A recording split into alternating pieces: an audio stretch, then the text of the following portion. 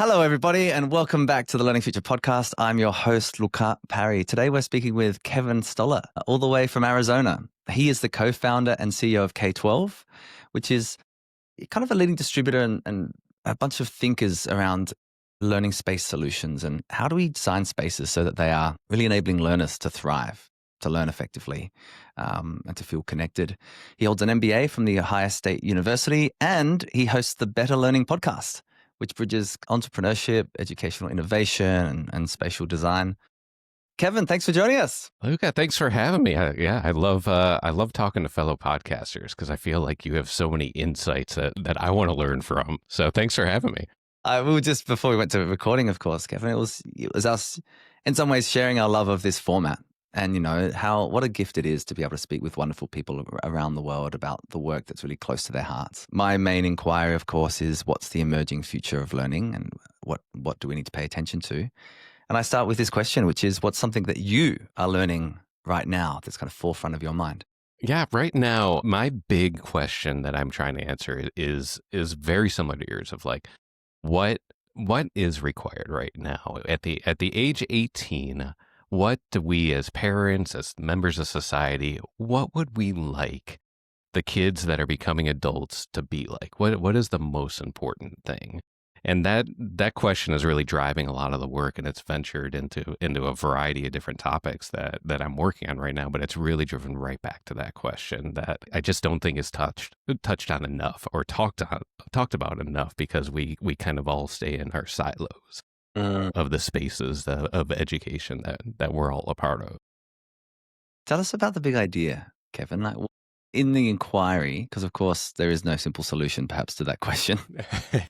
What's emergent for you? If you had to hypothesize, say, well, actually, this is the graduate profile and these are the attributes that we're seeing, and where would you put your flag? Yeah, so my flag would be is that the status quo is not working. Gotcha.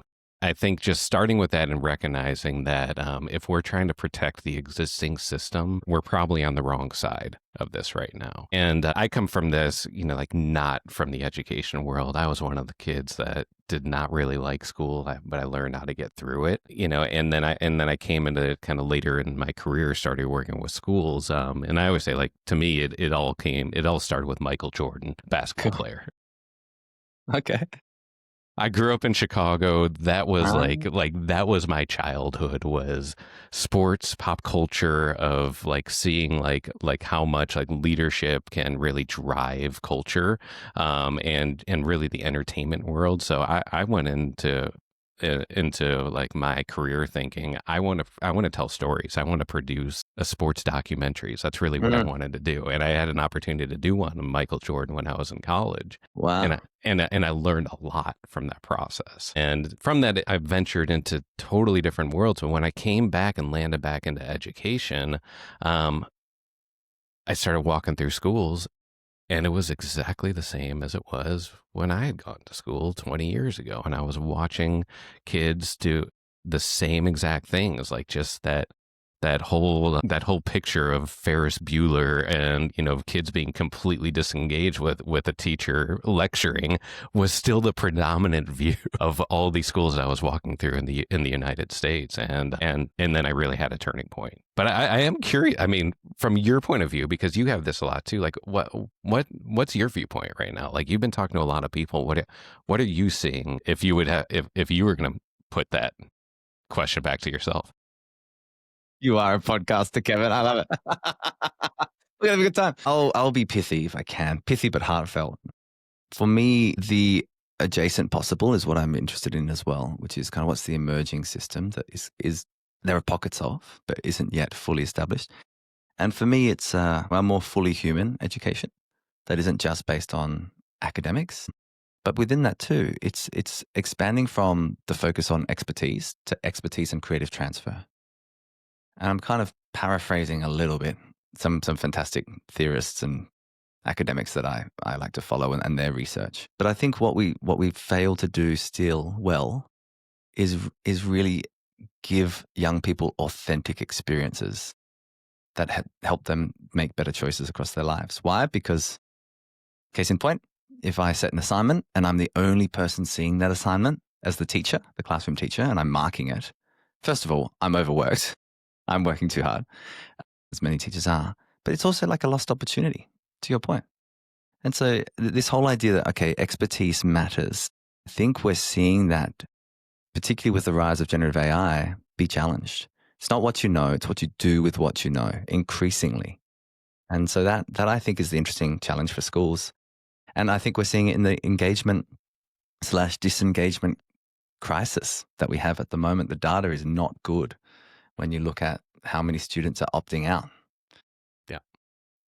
Well, Interesting time. yeah. I mean, that's what I'm curious to see. Like, I'm seeing it very clearly in the United States that the fragmentation of how school is delivered or learning is being processed by our kids right now is becoming more and more fragmented at a really high pace. We heard out of COVID, if we would talk to school superintendents, you'd hear we just lost kids. We had Yeah. like, like anywhere from like 5 to Yeah. 10%. Like we just lost them. They never came They back. This just kind of never came idea. back. Yeah, I've heard that language. And when you really start digging like underneath, it's like we have this movement where there's micro schools popping up and more homeschooling and more of these hybrid approaches, these experiential type of learning, and all of these different things are popping up. And if you talk to parents, which to me, this is where I think the academic side of it is, the parents that they talk to are the ones that their kids are in the system. But if you start looking and talking more to parents and saying like, what do you want for your kids? A lot of them, of the younger generation, is looking at it and saying, I do not want my kid to go through this like factory system that's in there. We want to have that more authentic, more project-based learning, more real-world learning, more focused on solving problems, collaborating, but also this idea of that I want my kid to be a good human.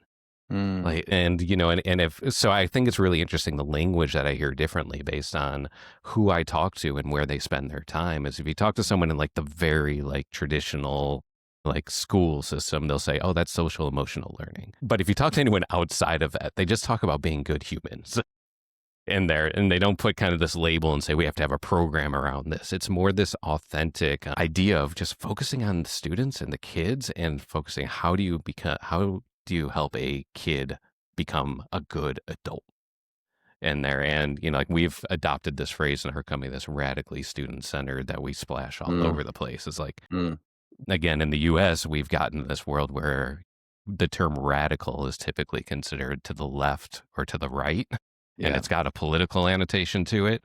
Totally. But we have to be like the loud ones that are talking about the center and talking about like get all the politics out of here. At the end of the day, the one thing I think we all agree on is that we want every kid to have the best opportunities to succeed.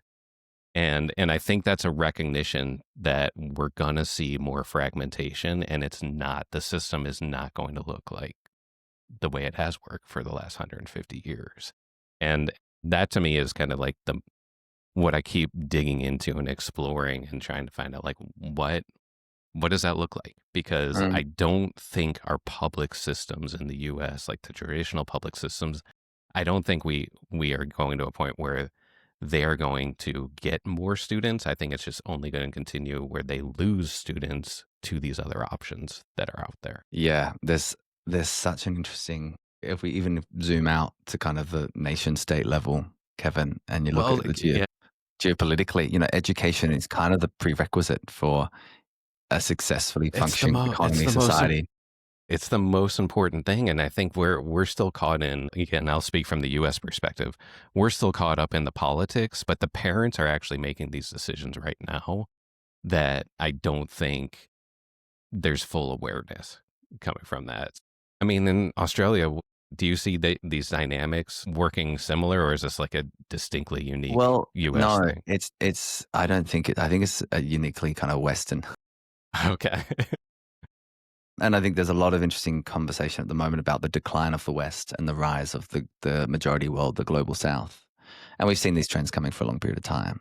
The rise of China, of India, the BRICS more broadly. It's just a very interesting moment, especially if you look at birth rates and all these other kind of demographic aspects. There's like a really interesting demographic picture, not just an economic picture, I think, that kind of underpins all these types of things. But more specifically for education, we have also in Australia quite a privatized school system. We have about 60% of our young people in public schools. And then we have two sectors, the Catholic school sector and the independent school sector. And they kind of educate I think it's, it's about 60-20-20, but it's about 65-15-20, something like that. But we have the same kind of challenge. And I think I'd be really curious, Kevin, to hear from you about what you're seeing in the US, because here in Australia at this moment, especially it implicates, student-centered versus teacher-led, right? Kind of pedagogy. Uh, and I would just caveat, like I'm a big fan of the learning sciences. And I think, what can we learn about evidence and the literal, neurological, you know, neurobiological process of learning. Yes. Cool. Like pay attention to that, spaced repetition, cognitive load, a whole bunch of other things, right? But I think what seems to have happened, I'm curious about, is in some sectors, innovation is seen as a dirty word completely. I've seen slides with people like cross out innovation and say accountability or evidence based. I was just going, oh, that's kind of curious, because in any other sector in society, you'd be like, if you're not innovating, you're evaporating right now, Yeah. because such is the changing landscape. So I think I'd say that. But we have this kind of movement here, which is it's quite a lot of explicit instruction is becoming kind of the dominant, or at least being Really? kind of heralded as Okay. like, oh, evidence, but Yeah. good teaching is explicit teaching. I agree with that in part, but it's like, if that's the best we've got and it's kids in rows, like, you know what I mean? And no wonder, and young people aren't going to put up with that stuff anymore, as we're seeing. Right.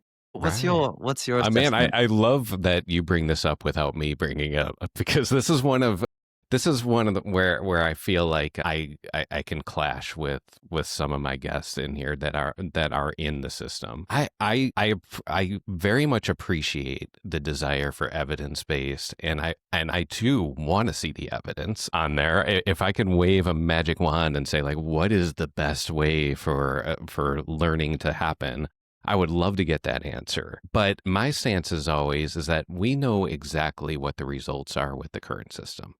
We know what they are on there. So if we want better, or if we want different, if we even want to like learn anything, we kind of have to run experiments, right? Like this is how we evolve, is to run experiments. But I also get from the ones that are in the system, they don't want to be the ones running the experiment. Like that's risky for them. So these experiments are happening outside of the system, and what's disappointing to me, and I hope somebody is doing it, is some way to like capture this Mm, and really analyze it and say, hey, we have this like amazing kind of research and development R&D world that's going on right now. I don't know if anyone's actually looking at this and trying to learn from it to gather some evidence in there, or if there's anyone that would actually do it in a non-biased way to find out. I would love to get that answer, but you just keep coming back to is that if we're going to innovate, that means we have to break the status quo. And nobody wants their kid to be the one that's, experimented on. But we also have some pretty good leading indicators. And we also have some area where sometimes you can just look at it and say, that's better. yeah. Yeah. And there's a lot of examples of that where you may not be able to just like draw specific, like a great, like a great research project where you can, apples to apples. Mm, But I can tell you the schools that I've seen that are more project-based learning, where they have to have like public exhibition of their work, where they have to work together, they're solving real world problems, to me, hands down, produce better adults. And I don't know how you do that, because I'm not like a researcher and a data yeah. person in there. Yeah. But from just watching it, I would place my bet in something like that Mm, versus and again, I don't want to make blanket statements. I think that's the sure, hard sure. part where I can clash with educators. I do think there's a level of like really up to like third or fourth grade where I do think there are some we need to be able to teach people how to read. 100%. And I think there's a reading element where I think we're getting better and better at like figuring out, like the term science of reading that's out there. We've tried experiments in the US that we're now learning like better ways to do it. I think we will learn that aspect of it. But I think when it gets into the later years, our kids are very capable people. They're capable humans. And I think we are just not unleashing their like their potential of things that engage them and things that they're passionate about, because we just like so strictly want to have college as the end goal from the primary system. For us, it's like you can cut through anyone's BS mission statement in a K-12 school system. The end of the day, most of them are going to say we want our kids to either get into college or get into a better college. And to me, that's why I'm so interested in this conversation of what do you really want? What do you really want? Like, is it that you want your kid to go to a prestigious university, or do you want them to be a good human? And when we start having those conversations, that's when that to me is what's going to drive the systems to change to try to produce different outcomes. I wonder too about the include and transcend. Because you are a good human and you know how to learn well, you can also go to a university. Correct. Do you know, in terms of the dichotomy of yeah. like When I talk about either or. college, yeah, it's You know what I always mean? like, don't you Totally. think college is good? I'm like, I think college does have its merits in there, but I think the downside, again, at least in the U.S., is that it became the end result of the K-12 system, and that's where, to me, like I would, I'm going to continue to challenge that and be able to bring up that conversation to say, hey, like portrait to graduate, that's really great on there, but are we actually putting that into practice in there? Or did we just create a really nice poster that we're going to go hang up in the hallway? But a couple of things that I'm really interested in the idea of control at the moment, Kevin, and I'd love you to reflect on this because Hmm. I think pedagogically, like as teachers, as educators, we have all these amazing tools at our disposal, right? And we're making thousands of decisions every single day in a classroom context. Do I intervene in this moment? Do I let that go? Who do I speak with? So this is kind of why it's such complex work. One of my favorite sayings: "Education isn't rocket science. It's far more complex than that." Such a good saying. Do you know what I mean? It's like, damn right, because it's not complicated. It's complex because it's human psychology Yeah. in relationship with itself and with. So I find that just so interesting. But I wonder about this control aspect and your reflection from this idea of radically student centered. Because of course there are one thing we talk a lot about in our work is agency, or what we love even more, co-agency, which is again, both of us have got different levels of control and different levels of ability to shape and experience all the world around us. And the role of the adult isn't to have 100% control. It's actually to be sharing that control, that agency with our learners. But of course, but I think what we are sometimes finding, especially is we see kind of the programmatic education coming forward. It's like, we'll just do the program. And it's sometimes just quite a lot of control. And the opposite of that, of course, is sometimes inquiry is poorly held, Kevin, which is like, oh, well, inquiry is just, okay, what's your passion project? Go off, everybody into your passion. And there's no guided inquiry. The Right. guided bit is what we know makes the difference, because Right. that the adult actually helping shape and arc the learning towards, including motivation aspects and, high expectations and other things. But what's your kind of thing? And you sort of say radically student centered. How do you grapple with this idea of control? Who owns the learning? Yeah, I think that's actually where it takes the thesis down to, where that is the goal. We are trying to transfer it to the student. If the student doesn't own it, then we fail at the end on there. And I think the systems are definitely more like, even the term, like when we say student centered on there, I've had some deep discussions about this, of where people will challenge me on that term and be like, well, it really shouldn't be student centered. It should really be learner centered, because the educator in the room is also a learner, and to me, I keep coming down to is, are we building the system for people's jobs, which are the adults in there, or are we building the system around truly the student? Like, what is the best thing for the student? And so some of those terms that get thrown around and get debated about of, like, what are we doing? And, if the system is really for the adults or the teacher is really the number one aspect of it, Mm. that immediately is reframing the question to me in the wrong way. Because if we say, like, and again, I'm a business person, and I'm one of those people that I think business is one of the best tools to drive social change. Mm-hmm. It's entrepreneurship. That type of mindset is, if you're solving a real problem, that is one of the things that is going to contribute to a better world. Now, obviously, like, you have all the examples of people not doing it that way, but but at the end of it, the tool can be used for good. And if we looked at that from a business side and kind of apply similar learnings into a school system, and you say, like, who is your customer? Mm. At the end of the day, the customer of the school, like, is the student. And part of that is engaging the parents in there, because this cannot be done in a silo, and there can't be the lack of trust or the tension that happens between the school and the parents on there. But I really feel like when the schools can truly put the student at the center of the decisions, that's when the transformation starts happening, because that's what's reframing the questions into a different way. And not to get too far ahead, but that's one of my projects that I'm working on right now, is how do you build an organization wrapped around the student at the center, like truly the student at the center. And we're introducing a bunch of leadership tools to help fully align that idea that that you're organized as a student-centered organization, not as an adult-centered or a job-centered organization. But it again, like all the things that we talk about, there are so many forces that are out there that are fighting back against that, because they're all protecting their own world instead of saying what is the best thing for the student. Yeah. Yeah, that's really So I know I just interesting. threw a lot at you there. No, that's great. But No, it's well, yeah. take us into those tools, though. I'm really curious, because if it's a teacher or educators listening to this conversation, So it what actually, does that mean?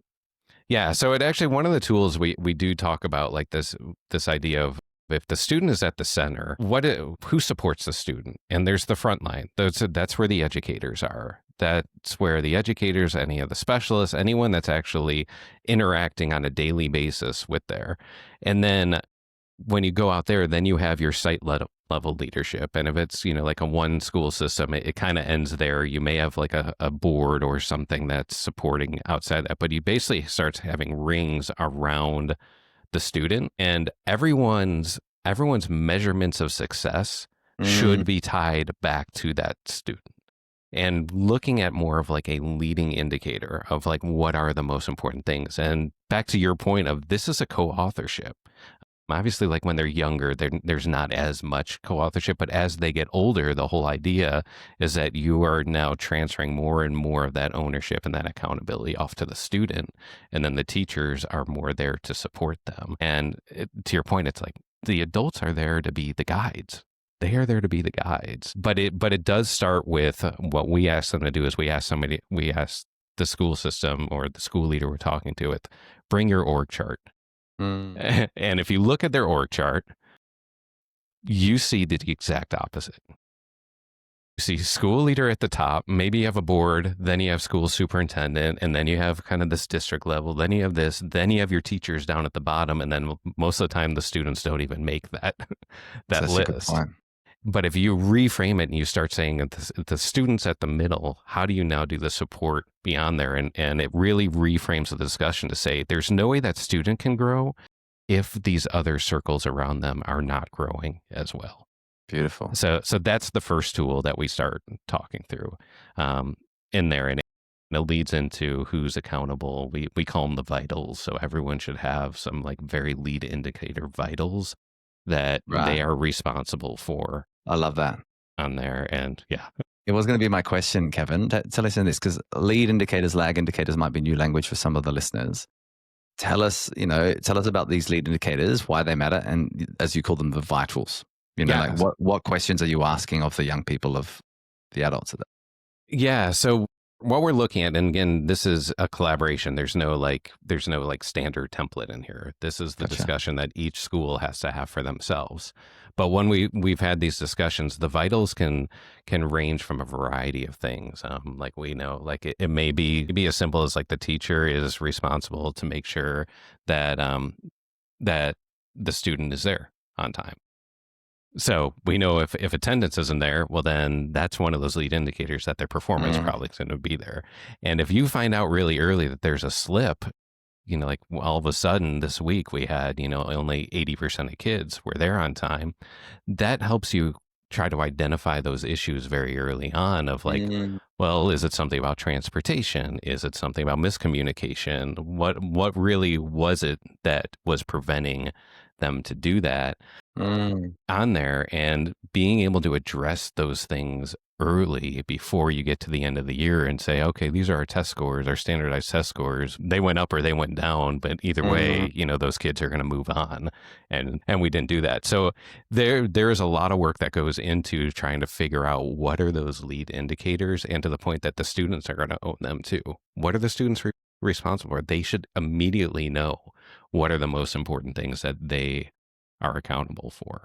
Yeah, that's really interesting. Yeah. For me, it's like a change in question from, and I've heard from Professor Guy Claxton, who I quite like, but he says instead of what works, the what works movement, which we've talked a bit about, is what matters first. And then you can ask, and what works? Because if you're not asking what matters, well, then you're being driven by data. And you don't want to be data driven. You want to be data informed, but driven by your purpose and a really clearly explicit vision and mission that you have for your learning organization. So it's a really good reframe of like, well, actually what matters here on that side. Education is not lacking data. Like if you ask anyone in there, they have tons of data. What it's lacking is focus on the most important data, and the data that can provide action, that gives them insight so that they can provide action to it. Interesting, Kevin. I have a question, because I know you have an expertise in this, learning environments specifically. There's what do we know about a thriving learning environment? Yeah. Like if you're a school and you're a teacher and you're trying to just establish a particular type of classroom, you've got your furniture. But if you're making a decision around, changing a few learning environments, like what are some of the things you really need to think about? What have you learned over your year? I'm going to give you just a quick story in there that helps you. So when I got into this industry, I mentioned that, like school looked exactly like school when I went to it. Everywhere I went, it was just same thing over and over again. All these schools looked alike. And I walked into one of the schools where I lived at the time. I was in Ohio. And I walked into the lobby of the school, and for some reason that day it felt completely different. There was this like electricity and this buzz coming from one side of the school. And as I was waiting for the principal to come out, I'm asking the secretary, I'm like, what's going on? And she's like, just wait, like Mr. Gerard will come out here. And Dan Gerard comes out. He's principal, one of those that just like everyone loves. I become friends with him. And he just has this big smirk on my face. I'm like, Dan, what's going on? Tell me what's going on. And follow him. And we just stand in the doorway of this 4th grade class. And I watch the teacher have kids huddled around her, explaining what they're doing. Everyone is paying attention to her. And then immediately she just does break, and she does a clap, and almost like a huddle in American football where they break out. And they immediately went into groups of 3 or 4, started working on things together as a group. The teachers kind of dancing through just kind of asking questions and listening and getting down at eye level with the students. And then you see like one kid break off who just needs to focus on something like on their own. At one point, the teacher like gets the whole class's attention, and like immediately this 4th grader just does like a presentation to the rest of the class, like no preparation or anything, just does it.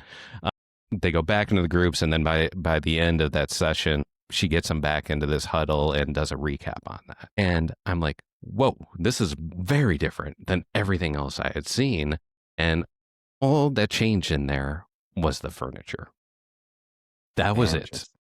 And I'm not saying that is like the go-to for every single one, but since then, that was in 2014. So I can't believe, I mean, that Right. was 11 years ago. Yeah.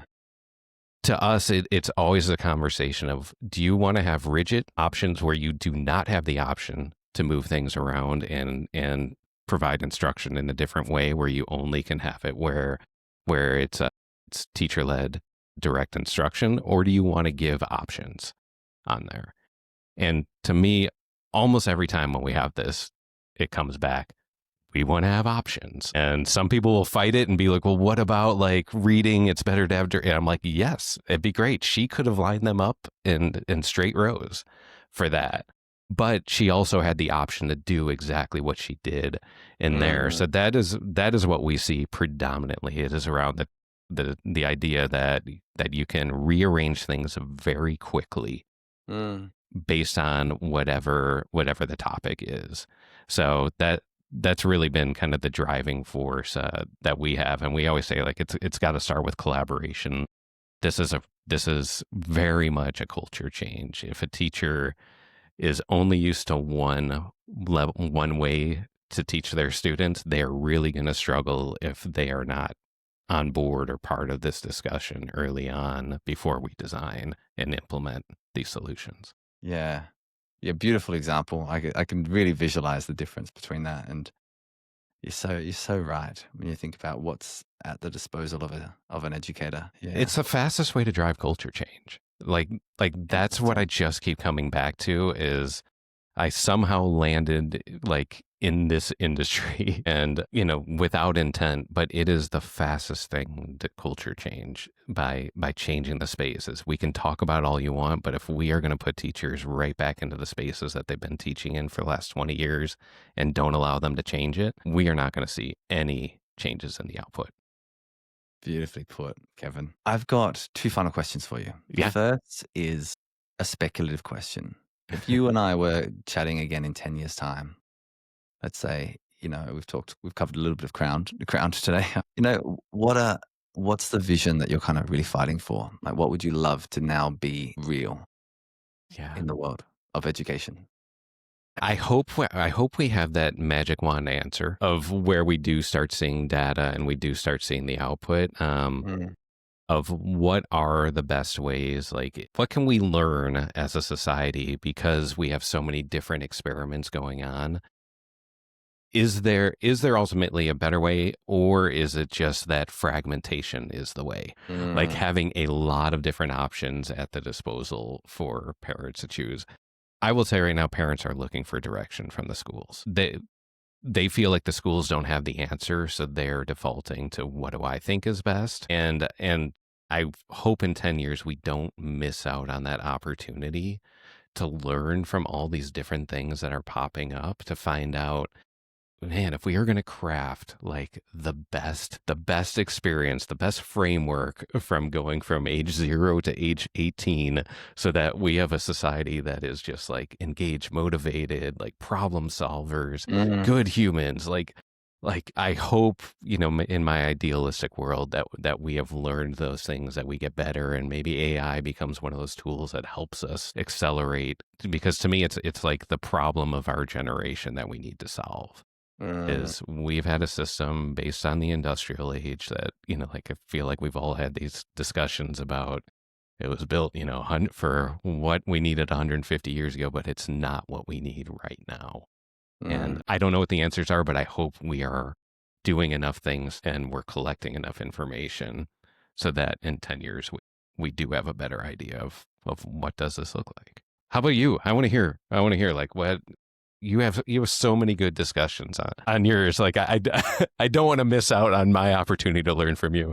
Look, Kevin, who knows? But I mean, the thing I'm really fighting for, I don't know what the best framing is. It kind of shifts in my own mind, but it's this idea of like a fully human education, one that I think doesn't prioritize a subset of the growth and development and expansion of what it means to be alive, and that implicates everything.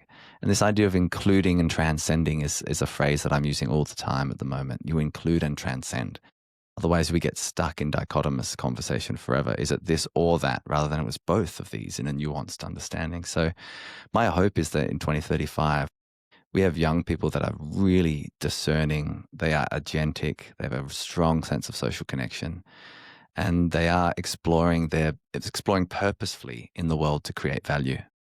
Like that really, I think, is the piece here. And exploring rather than achieving, I use deliberately. So I think because there's different implications about how we all live our lives. And, education, it really is like, this is why I stepped into education, and you've done the same. Um, for me, it's just such an incredible experience that can help us all expand. And it doesn't end at 18. I'm, older than that, and I'm definitely still expanding every day. Yeah. There's a whole adult conversation about that too. But Yeah. that's No, my I hope. mean, that I agree. I mean, that's a whole nother kind. I feel like I really didn't own my learning until my 20s. Yeah, yeah, I felt like I was that's going really through a interestingly system, put. Yeah, but to your point, Lyle, I feel like the learning that I'd go through right now is like accelerated at a level that is way beyond what I did as a kid. yeah. Being able to learn. Like if you are a good learner today, you pretty well will be successful. If you're not a good learner, or you have a whole range of other challenges, like that's just such a blocker for your life success, for your ability to create value and find purpose. So yeah. Kevin, final question. What is your take home message of everything that you're, ruminating on, considering, noticing, observing? What would you Yeah. offer to our listeners? One, I think bringing Michael Jordan back into it and kind of like Nice. I'm glad the you did. power of storytelling and the power of in there. There are a lot of things that are out there that I think have to prompt our conversations in our communities. Like if we are just having these conversations within kind of the walls of education, we're missing the broader opportunity. I'm a big fan of the What School Could Be community. They had that film that came out Most Likely to Succeed about 10 years ago. Oh, just so good. And I love the way they rolled it out, and that the only way, like when it came out, you could view it was by having it in a public, like you had to show it publicly, and then it had a Q&A around it. They just came out with another one called Multiple Choice that is going to be a similar thing. So I think the power of media is really important to drive this, because people need to see it. They need to have that emotional connection. But that's just a tool to get to what I think is the most important thing: is these conversations. They need to happen. They need to happen. The parents and the education community, we are not sitting down and like co-creating what they really want and crafting that idea of like what why are they going to school? Are they going to school because this is essentially like a glorified daycare program, or is this the opportunity that that we can really turn that next generation into and I'm one of those that is like very optimistic, probably more so than I feel like that I hear from other people. I Sure. see the younger people out there, and they see through this BS. Like they see through the BS of the school system that's in place right now. And man, I just hope we don't miss that opportunity. They are so capable. They are so much more knowledgeable. Like they truly have the potential to be like the greatest generation. Honestly, if the adults would get out of the way, or the adults would listen to them and give them the guidance. But we have to build that trust between the adults and the kids right now. And we're showing them crap. Sorry, your vocabulary is way better than mine. Vocabulary is like the biggest word in my vocabulary. So sorry about the language on here, but they see through it, and it is eroding the trust that's happening between adults and kids, because they're like, you created the system for us, and they understand what's going on, and they're craving something more. Beautifully put, Kevin. What a great chat. Yeah. Thank you so much for joining us on the Yeah. Learning Thanks for doing Podcast. what you're doing. Great. Yeah. Great talking to you. Keep it up. Keep it up. These conversations are important. They truly are. Like to me, this is how we do it. It starts with conversations.